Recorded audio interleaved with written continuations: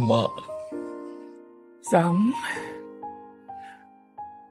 Mak nak minta maaf kat Zam.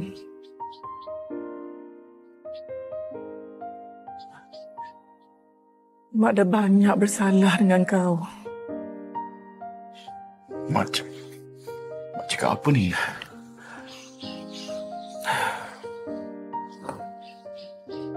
Selama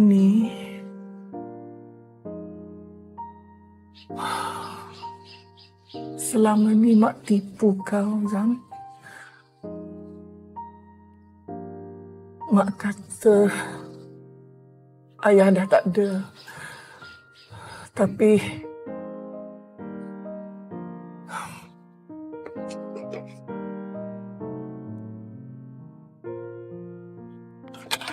kau ambil ni. Ini surat-surat dari ayah kau. Mak tak pernah buka, Mak tak pernah baca.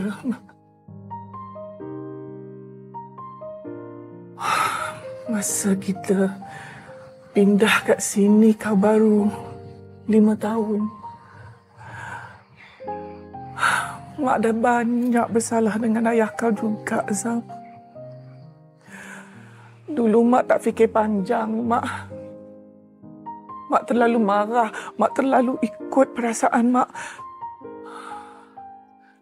Zam, pergi cari ayah kau. Zam, bila kau jumpa dia, Zam, kau cakap dengan dia, Mak minta maaf banyak-banyak. Mak minta ampun. Ya, Zam. Sebelum terlambat, Zam.